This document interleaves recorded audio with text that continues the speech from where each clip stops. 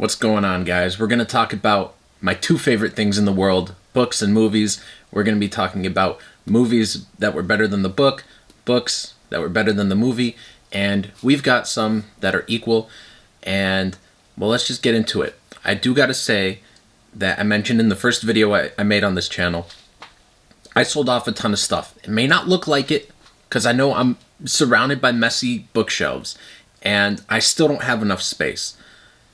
If I had to guess, I don't know, I maybe sold like 300 books. Some of them I read, some I never read. And this video would have been a lot easier to make if I did not sell them. There's a couple books I want to mention before I go through the ones that I actually have here with me. And these ones fall into the first category we're going to go through with movies better than the book. I'm going to start off with American Psycho. It's not a bad book, but it's way too long, and some of the things just did not hit the way they did in the movie. I'll give you guys an example. Like when he talks about a band in the book, there's maybe like a 12-page rant, and it's not to anybody.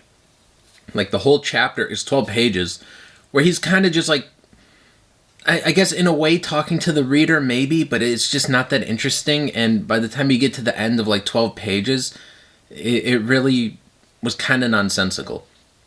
I like in the movie that, he talks about a band, Patrick Bateman, he might give you like a paragraph, and it's like just real cool. And especially the delivery of it is just like really cool. But in the book, a lot of it fell flat. And I do get the whole point of it and all, with the very detailed explanations of what everybody's wearing, but that really started to be a drag, and I did not like American Psycho that much, so I sold my copy. Another book is Frozen Hell, which is an expanded version of Who Goes There, which became The Thing from Another World, Horror Express, and John Carpenter's The Thing. And I've just got to say, what a miracle John Carpenter's The Thing is, okay?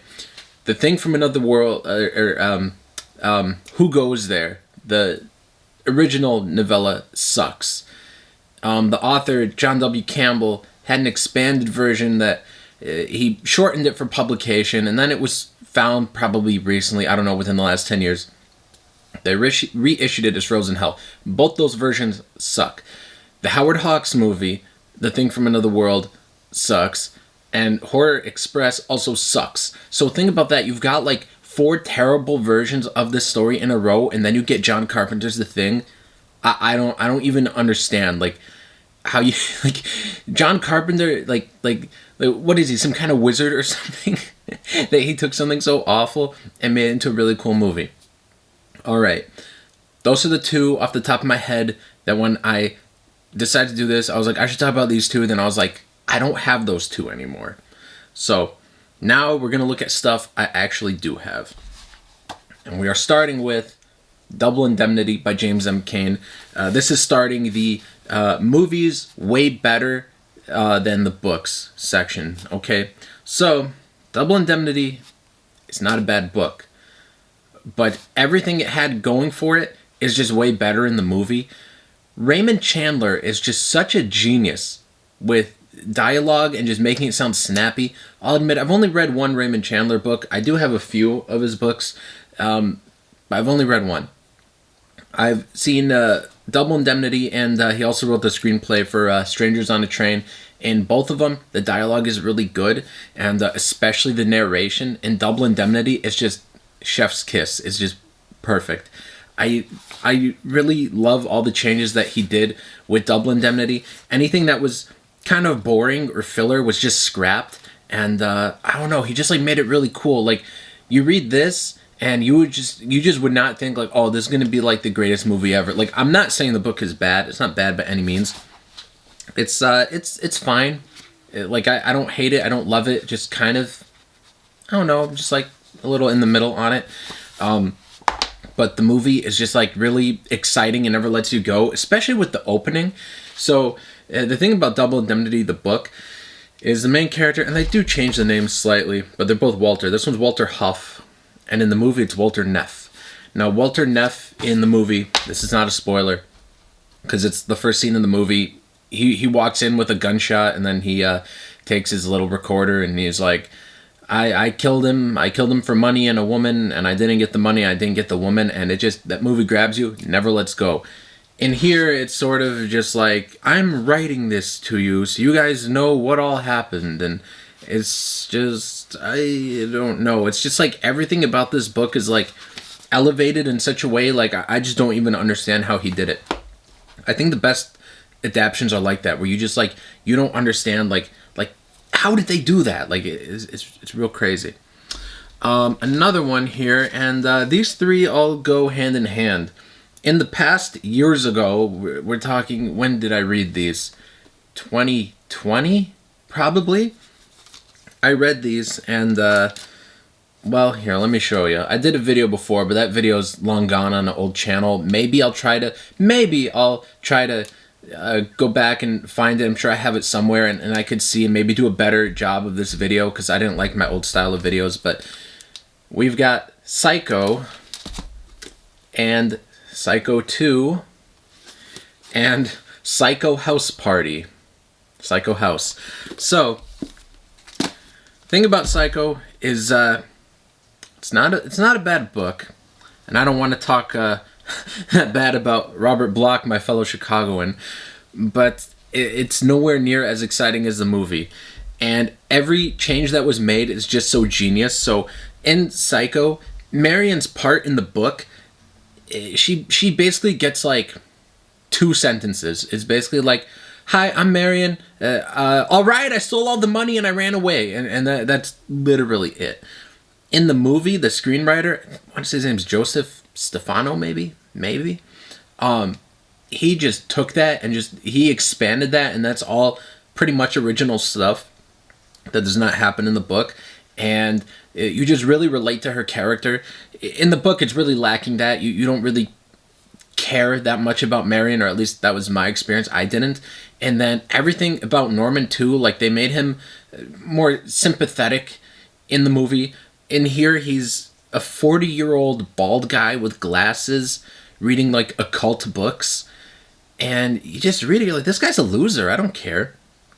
I think that was my biggest problem with the novel Psycho, is, you know, the writing is fine and the story is cool, but the characters, I just did not really like them as much as I did, you know, in the movie. And also, I'm trying to remember how much I paid for this book, because I see a $30 sticker back there. I know I did not pay $30 for this thing, but I was just having a flashback. I was like, how much did I pay for this thing?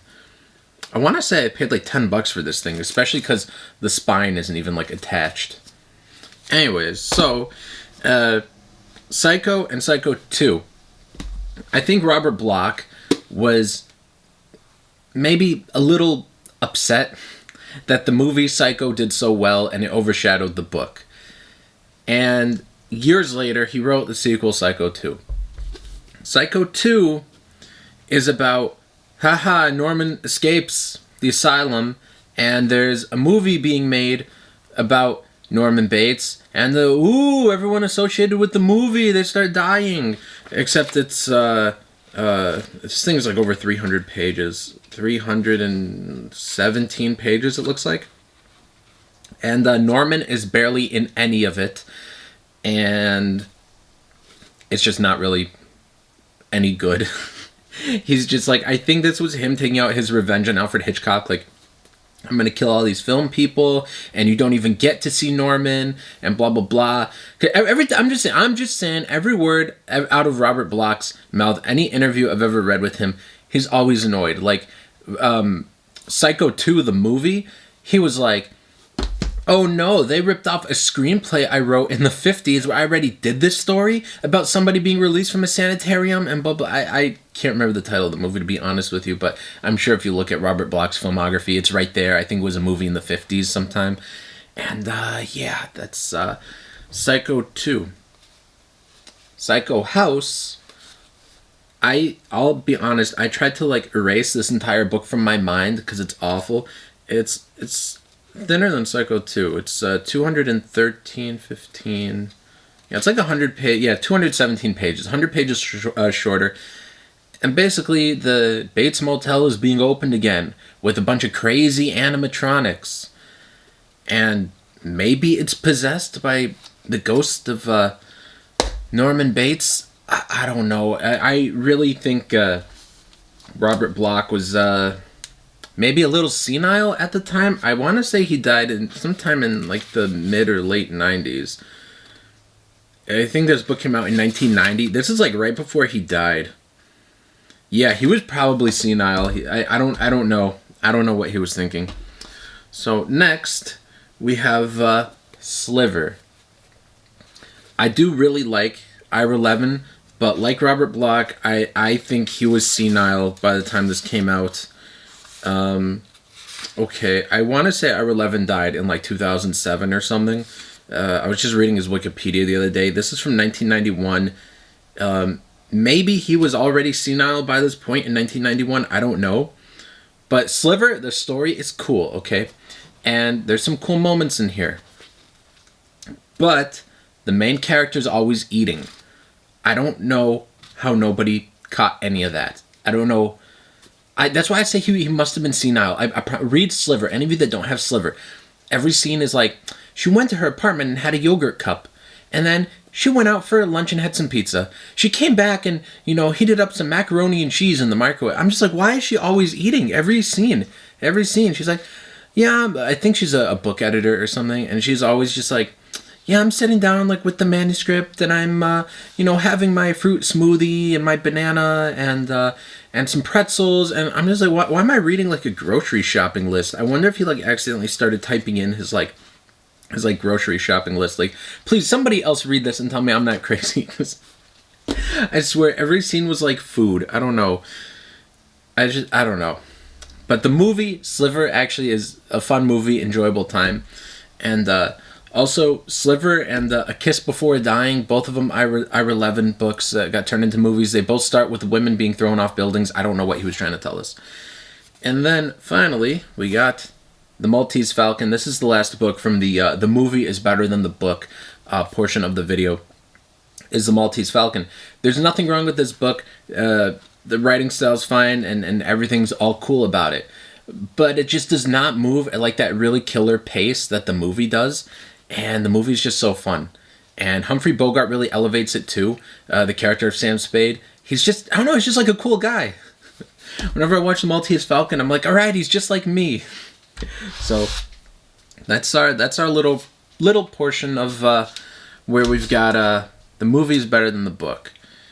Next we'll go with we'll go with books better than the movie, and then the ones that are equal we'll go through those last. So I'll take a sip of water. You know what? I've edited out a few of these sips, but then I started keeping them in. I like it. We do the videos here like we're like hanging out. So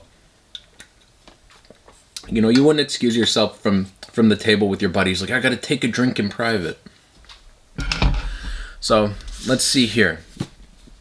First book I want to talk about is Stephen King's 11/22/63. This one's close. It was close to being put into the they're even pile. I will give the edge to this book, even though it breaks kind of the definitive rule of Stephen King that I think I kind of came up with this with one of my buddies on a podcast I used to do. With Stephen King, you got two things in mind. One is the older the better. The other is the shorter the better. So anybody that, let's say you're watching this and you're like, well, where do I start with Stephen King? His best book is probably Night Shift. It's his first short story collection. I don't know how many stories are in there. Let's call it 20. There's at least probably 2 or 3 I did not like in there. Maybe 5 that are solid, good, not great, and then all the rest are just really great. They're all just fun, Brain Matter, and sometimes they come back, and just everything in there. The Boogeyman, it's all perfect. I think Quitters Inc. is also in that one. It's perfect. That's where you start with Stephen King. You can start with his early stuff with Carrie. It's all pretty good, but as he goes on, it's just and I think he stopped getting edited. That's just my opinion. People were afraid to tell him what to do, and it's everything he wrote made it into the books. At least that's just my opinion as a reader. This is from 2011, and it's chunky. It's a mass market paperback that's well over 1,000 pages. Let me see what I could find. There's some like extra stuff in the back here, and like an afterword too. Let me see. Yeah, it's almost 1,100 pages. Jeez, it's 1,080 pages or so. So yes, this it does break that rule, but it's all good stuff. I know a lot of complaints that people have about modern Stephen King books, and that I've had myself, is just that they get too political. One of his books from 2018, 2018 was around the time I started reading Stephen King, or I'd been like a little newer, like maybe I think 2016 was actually when I started reading Stephen King. And 2018, I was like, I've read these like older Stephen King books. Let me read like what his new thing is. And his book, The Outsider, came out. The political stuff in there was just bothersome. Like it had like cars would drive by and like every car had like a "I'm with her" sticker. I think there was like a bar in Texas where the main character walks in and there's like a picture of Trump with like devil horns on it. Blah blah blah. I don't even like Trump. I just don't like that stuff in my book. So that stuff is like completely devoid from here, even though you would expect this book to be like crazy political because it's 11/22/63, the day Kennedy was shot, and this guy goes back in time to prevent it. But when he goes back in time, it only takes him to, I want to say, 1958, and everything in it's just gold. It's pure gold. The character is really awesome. I mean, it starts out with one of my favorite openings of a Stephen King book. And it says, "I have never been what you'd call a crying man." And then, well, I won't read like the whole thing to you here, but it starts going into stuff with how he's had trouble crying and all this stuff with like his marriage and his marriage falling apart and his teaching jobs and everything. And it was just very powerful.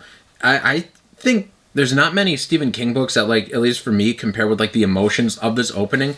And this character he grabs you and never lets you go. I got this book, I can't remember what year, but my sisters like to go Black Friday shopping. Okay, I'm not a Black Friday guy. I want to let the retail employees just chill. My sisters, if they go, we haven't gone so much the last few years, but when I was younger, they would drag me along, and I'd say, sure, why not? So we'd go to the mall. I never really buy any books from Books A Million, but this thing was $10. What a deal, actually. And I needed something to do while we were at the mall. I went to Books A Million. I bought this for $10. Normally, I'm somebody that needs peace and quiet to read a book. I need silence. I need to be alone. I started reading this in the mall. I got lost in this book, and I didn't even realize I was in a crowded mall. And I don't know, there's just something really just powerful about this book. And this is an idea that I know Stephen King had for a while. He's talked about some ideas like this one and Under the Dome where he started them, and he'll talk about how he was too small for the idea and the idea was too big for him, and he had to develop and grow as a writer and years had to pass. And I just feel like there's a lot of passion in this book, and that I don't even think he really gave it another thought about like, oh, let me put in my political stuff about like, whatever Republicans I hate. Like, he didn't really put that in here. And even though it would have been easy to do because of the nature of the book, of the Kennedy assassination, but it's just everything in this is just solid gold. I haven't really reread too many books because I've got so many I want to get through. But this is one that I really would reread. Like, out of like the longest books I've ever read, this is like the longest one that I would reread. And one caveat here, they didn't make this into a movie, they made it into a show. I think it's like 8 or 10 episodes. The show is good, but all the really awesome like character stuff, like it's this really like elevates it above that show, but it is a good show. I also want to say that I might not have put it in at the beginning, I should have. Just because I say that one is better than the other, whether a book or movie was better than the other, doesn't mean the other one's bad. It's just which one I prefer. And let me continue. So, Ray Bradbury, love Ray Bradbury. Can't call him a Chicagoan though. He was from Waukegan. So even though he's from the North Side, me being a South Sider, I do like Ray Bradbury. And this is Something Wicked This Way Comes. I just watched this movie for the first time. I read the book, I want to say 2017-ish, maybe? I'm trying to see, like, what... Yeah, okay, this was printed in 2017, so it must have been, like, 2018, maybe. around the time I read this, and I really loved it. And it went to like the top of my list of like some of my favorite books. And I loved like all the carnival descriptions. Ray Bradbury went to a lot of carnivals, and he knew a lot of carnies, and he knew all these people, like even like the illustrated man, the tattooed man, like he like knew those people, and the way he writes about them is very unique and interesting. But the reason I say this is better than the movie is, okay, let me see how many pages this is. 300 and like a little under 330. Let me see. There's some like extras in the back or so, but roughly like 300 pages, let's call it, okay? 300 pages. It's not impossible to adapt a 300-page book. But the thing about this book is there's just so many different ways you could have taken it that when they made the movie, which Ray Bradbury did write the screenplay for, it felt a little directionless. There's like 100 different directions you could have taken something Wicked This Way Comes, and I don't know if it was Ray Bradbury himself that had the issue where he's like, well, I don't know, I don't want to leave anything out, or if it was like part of like the producer's instructions, like, no, we have to include this and this, because the movie came off as like something Wicked This Way Comes, the greatest hits. It's like, oh, you remember the part you liked in chapter 1 and 2, and each little part you liked, like that's in there. I just feel like the movie was, it's not a bad movie, it's a good movie, and I think people would like the movie more that maybe haven't read the book, and also if you saw it as a kid, I did not see it as a kid, it is one of those things where maybe you would like it more if you saw it as a kid or didn't read the book. But yeah, it was just a little too, the movie was a little too directionless for me. I think if it like picked the lane, it would have been solid. Next, I briefly mentioned this one earlier, A Kiss Before Dying by Ira Levin, and I know what you're thinking. This is like the ugliest cover you've ever seen. It really is. I don't even know. But it's a good book. And Ira Levin's first book, this has been made into a movie maybe 3 times, at least twice. I've only seen the 1991 version of this movie. And it's actually a solid movie. But the end of the book has a very exciting, very fun climax. Like, it's like a crazy climax. And it has, well, at least it had me on the edge of my seat, and I was really turning pages through this thing. I cannot say the same about the movie, because the movie was cool. I do like the movie, and I was enjoying it up until that third act. I don't know if they just ran out of money or what, but the third act just became like a little like, okay, I'm gonna chase you out of the living room and over the train tracks. And I was like, okay. It just kind of ends. It's just like, right, well, oh, we're here at the end of the movie, guys. We don't have the money to do the big like crazy sequence. So why don't you just chase her across the train tracks? It's like, okay. It's just the ending for me. Like, if they did like a solid ending to that movie, I could have put them like neck and neck in the final category, but no. Next, this one is in desperate need of a good adaptation. And that is Shirley Jackson's The Haunting of Hill House. One of the best books ever written, not just horror novels ever written, but one of the best books ever written. I love this book. This book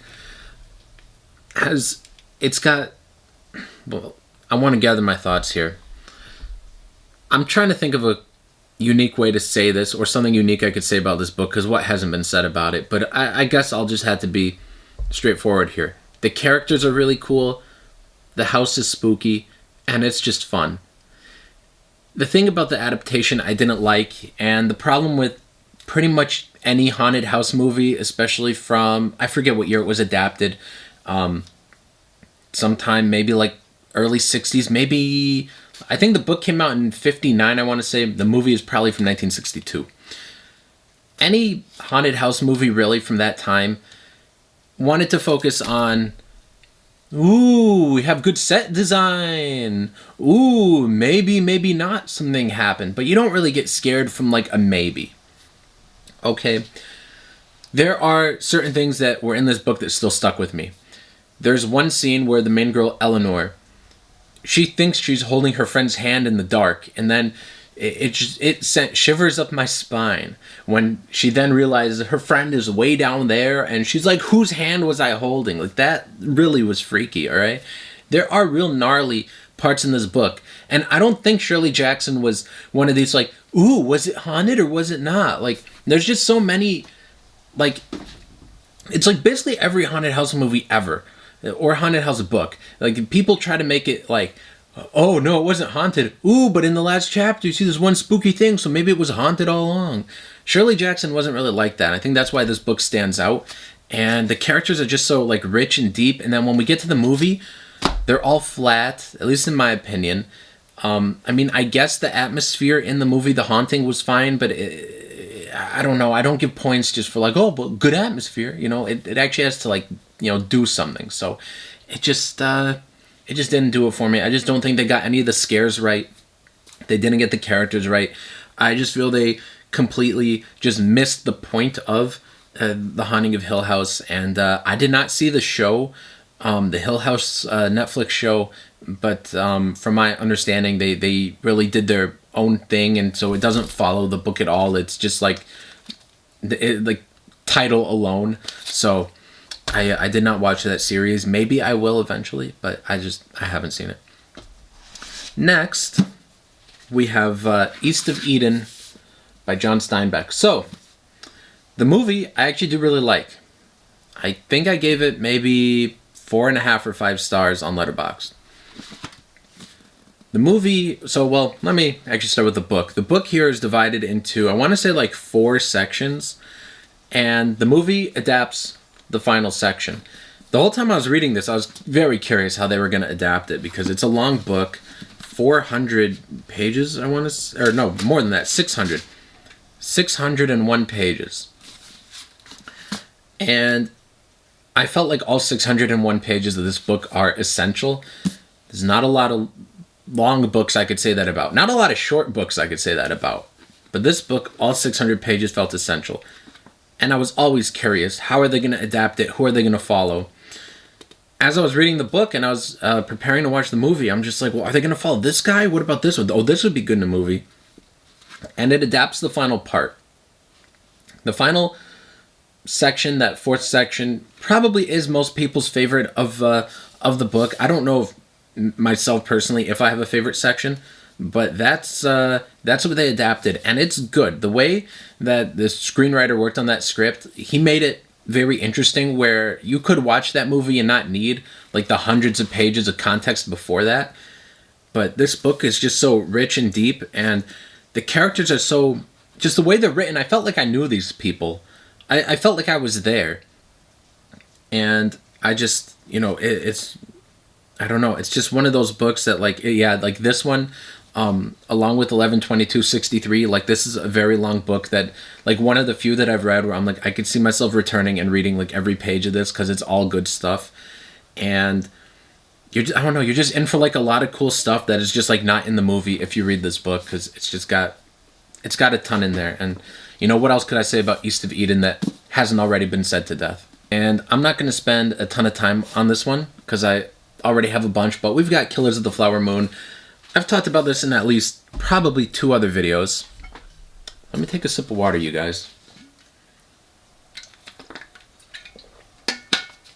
So, I'll just say this.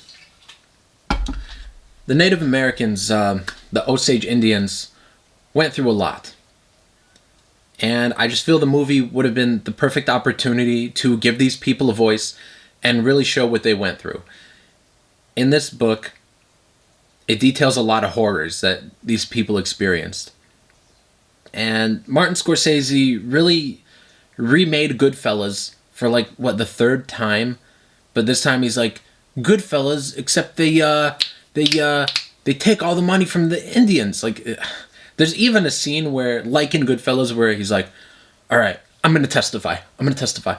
The motives of the characters in the movie are never at all really explained or even hinted at the way they are in the book. You really understand these people. You really understand this man that was stealing from those Indians, how he's clearly evil. I feel in the movie, Leo's character, he kept saying, no, I love my wife, in one scene, and then another scene, no, I want to, like, steal all her money. But they were trying to make, like, both seem true when it never it almost felt like some of his scenes were two different characters. The way he acted. There was nothing about that. It wasn't like a conniving man that really hated her but wanted the money. They tried to make it seem like he was both simultaneously. He's like, I love you so much, I gotta kill you. It made no sense to me. That's not actually his dialogue. That's just how his character seemed to me. It's just such a good book. And it really just became, why don't we make Goodfellas again?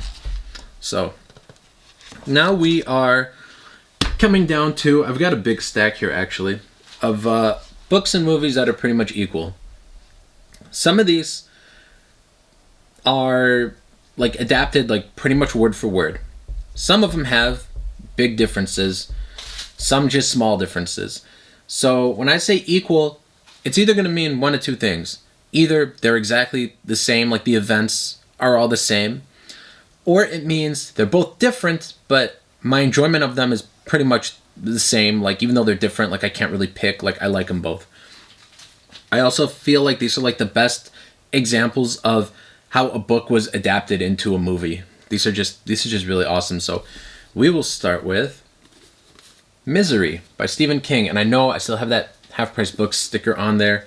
I gotta take it off. I hate that they always put these like right on the books. I really hate that. But the book and the movie, pretty much everything's the same. I think there's like a few extra scenes in here where you might have like the people that are like looking for Paul, like where is he? Not a ton. You're pretty much always with them. I really love the extra stuff we get in here, but I also love the way the movie like really like streamlines it, and really it's like more claustrophobic when it doesn't open it up, and it's really kept closed with Annie and with Paul. But here you do sometimes get like a few pages of like the book he's writing within the book, which is pretty gnarly and interesting to see like the writer's process that he's going through while he's all chained up and being tortured by this lady. Both of them are pretty much the same. Misery could be my favorite Stephen King book, though. Like, I really had a blast with this book. Next, Rosemary's Baby by Ira Levin. This book, one of the greatest books I ever read. I read this in 2 days. I just could not stop reading it. And Roman Polanski changed nothing. It's like exactly the same. If you've seen the movie or read the book, you've pretty much already seen the other one, but I don't say that to deter anybody that maybe has only seen the movie from reading the book, because you do get a different experience, of course, watching something versus reading it. And I was just amazed. So I read this first, and then I saw the movie, and I was just amazed how like Roman was able to capture like the paranoia in this book, and just everything about this book that maybe I visualized like a certain way, like and like the ways it was described in the book. It's like he changed nothing. Like everything is just like perfectly there from the book onto the screen. Next, we've got Magic by William Goldman. Basically everything in the book is in the movie. I really dig both of these. And the screenplay was written by William Goldman too. So yeah, he pretty much was like, I already wrote this, so I'm just gonna reformat it as a screenplay, and there you go. So I like this book. Next we have The Bride Wore Black by Cornell Woolrich. One of my favorite books ever, and it was made into a movie by Francois Truffaut, and it's all pretty much the same. There are like very minor changes a little bit, but nothing crazy, and it's just basically he was just like, okay, this is a good book. I'm only going to tweak it a little bit, and that's the screenplay. Next, we have The Getaway by Jim Thompson. I recently read this for the first time, and I loved it. And then I watched the movie, and I really liked the movie. I give the book the slight edge, even though they're pretty much verbatim, almost exactly the same. And that's with the ending. This is like a rare time where I'm not going to spoil something. But the ending is like, oh my god. Like, you watch the movie, okay, it ends happy ending. And I'm just thinking, like, if only you knew how bad things really were. I'll leave it at that. Next, we've got The Hunter by Richard Stark, the pen name of Donald E. Westlake. And this movie was adapted into the movie Point Blank. And they're both very different. It's the same premise, of a guy that's really out to get revenge on anybody and everybody who wronged him. And it's just real gnarly. Both of them are gnarly. These Richard Stark books he wrote are all very slim. They're all like right around 200 pages or less. And they're all just like straight to the point and short chapters and just really fun. And so basically this guy just goes around like killing everybody that wronged him. Like there's nothing more really anyone could say about that. It's just real cool. And let's see, we've got the last three here, which, whoops, dropped one. They all really go together. And that's The Exorcist and Legion and The Ninth Configuration, or The Ninth Coinfiguration if you got the misprint when they put it out. So, oh my god, I don't know what I could say about these that hasn't already been said. These are three of my favorite books ever. The Exorcist, which was adapted by my fellow Chicagoan, William Friedkin. Or rather, William Peter Blatty adapted it, but I meant directed by William Friedkin. Verbatim, exactly everything from the book is in the movie. I think what's funny, though, is William Peter Blatty, I think he was, like, second-guessing himself. And so he, like, wrote a draft of the screenplay. And William Friedkin, in an interview, said, yeah, it kind of sucked. Like, he kept trying to do, like, all these, like, analogies. And I told him, like, hey, cut it out. Like, the book is good. Just do that. And then he, like, went back to the drawing board. And you know what? There's a book about it right here. I've never read this one. I should soon. It's William Peter Blatty on The Exorcist. I know this copy is, like, pretty beat up, but I got it for, like, very cheap. And it includes the screenplay, and I think in this book he also talks about, like, the process of how he adapted his book to the screen. Huh, you know what's interesting? I did not know this was in here. You guys are, like, getting, like, a little, like... Oh, this is cool. I love finding little things in books. This is interesting. Somebody included a newspaper clipping in here. Let me get that into focus there. I don't know how well you guys could see that. It says Seattle University holds exercises. Novelist William Peter Blatty, author of The Exorcist, was the principal speaker at the commencement exercises at Seattle University. And then somebody wrote on the back of it, Thursday, June 6, 1974. I did not know that was in there, actually. I got this on eBay, like, in a lot. I forgot what else came with this book in that lot, but that is actually, like, pretty interesting, actually. I did not know that was there. That is actually super cool. Legion, though, is where the changes really start. Now, the book and the movie carry basically, like, the same essence, the same story. There are characters in this book that are not in the movie. And William Peter Blatty wrote... I think it took him, like, 9 years before he actually filmed, because he actually wrote and directed the adaptation of this. I think it took him like 8 or 9 years till he was done with the screenplay, and he wrote a few different drafts, maybe like 8 different versions of the screenplay. I did watch a video about it. I think those drafts are out there somewhere. I remember watching a breakdown of it a long time ago, maybe like 2020. And they're both, though, just like very, like, I don't know, I hate like just falling back on but they're both well written, and they are so much. Everything that's in this book is in the movie, but you just get a different experience when you read this book versus watching the movie. And yeah, I don't know, they're both just kind of equal. And then we got The Ninth Configuration by William Peter Blatty, which he also directed, and a very slim book, 172 pages. Although what was odd is for such a slim book, I did find like 5 typos in here. Anyways, The Ninth Configuration and the movie are pretty much the same thing. If you've seen one, you've seen the other one. So we went through a ton of books, guys. Did I mention this? I'm reading A Clockwork Orange. I'm reading this right now. So because I was reading this, I kind of got the idea, why don't we talk about some books that were better than the movies and movies better than the books, and some that were equal. I loved the movie Clockwork Orange, and decided the other day just to read the book because it's slim, and you know it's almost the end of the month, and I needed like one more quick read to put into my what I read this month video. So that's the video, guys, and we've got some cool things coming soon. See ya.